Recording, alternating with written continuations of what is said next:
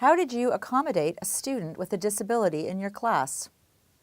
2 times that I've worked with the hearing impaired, one completely deaf and the other time partially deaf. And actually I've had a couple of partially deaf students. In the case of the completely deaf, we had interpreters work within the class. So as I was lecturing or if I was going over any lab work, in the case of the lectures, the interpreters would be with me, beside me, signing for the student.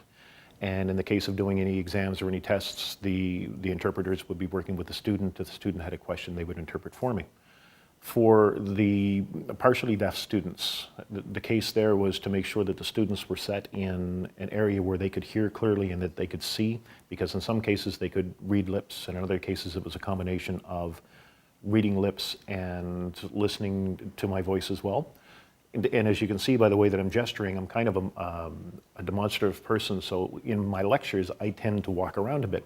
And what I had to be aware of is, in the case of the interpreters being able to stay where they could follow with me, in the case of the partially deaf students, it was to make sure that I didn't walk to the back of the room out of their hearing, because there's a directional issue at play there. So I had to change my delivery styles a little bit. As far as the delivery materials that I'd use, in addition to using the regular chalkboard, I found it very helpful for the students, and they found it very helpful to have written instructions. And in the case of the student who was partially deaf, any videos that I could find for the content where they could watch the video, stop, rewind, watch it again, and they could kind of go through the lectures at their own pace. So by using tools like Blackboard, where I could actually do some of my own recordings, I could put those recordings up on Blackboard on some of the material that we covered in the lectures. And what that allowed the students to do was to, I guess, self-educate at a different pace than the rest of the class was going. And the feedback that I got from them was that that was very helpful in those cases. How was the experience from your perspective? I had an absolute ball. The interpreters who worked with me were an absolute pleasure to work with, and I can only imagine some of the material that I'm teaching, for example, if we were doing binary math or we're doing some physics courses, etc., some of that material is fairly dry for the layman, and yet they stood by, and anything that I was talking about they would sign. If there was any terms, etc., that they weren't familiar with, we could meet after class or before class and I could go over some things. But the whole experience of having the signers in the class was, if ever you get a chance to do it, don't turn it down, because it was a lot of fun. It was like having a sidekick, if you will, up on stage. For the partially deaf students, it was a little bit of work doing my own videos per se, or trying to make sure that, you know, I can get some content which is over and above what we would normally do. But again, the reward from that was far greater than any effort that I put forth. So really it was a win-win situation for me. And the other thing is, it kind of forced me out of my shell, out of my comfort zone of, you know, this is the way I've been doing the course for the last couple of years. Well, I have to rethink some of those aspects of it.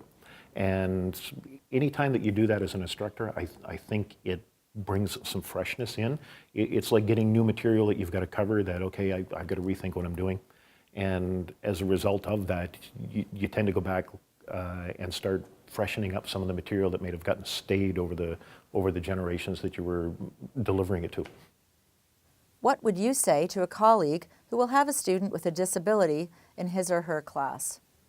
If you know that you're going to have a student that's hearing impaired, what I would suggest that you do before you get too far into the course is to sit down with the student and first and foremost find out how severe is the hearing impairment. You know, is it 20%? Do you have to just make sure that you speak louder? Or is it to the point where they're going to need some supplemental material, whether it is supplemental audio material that they can listen to outside of class, or video material that they can kind of put the audio and the video together, or some written material that they can use to augment what you're doing in your lectures. But the first and most critical thing to do is to sit down with the student, because in some cases the students are somewhat ashamed of their disability, especially if they're a first-year student, they're into a new environment, they don't know people, and there's sometimes that reticence to come forward.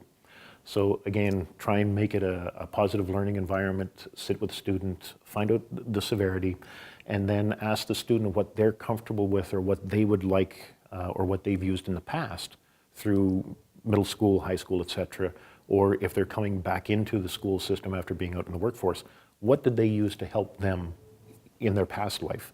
And if that can marry with some of the things that you've got at hand or some of the things that you can do, it makes that transition a lot easier. If you're working with people who are going to be signing with you, same thing, sit down with them, talk.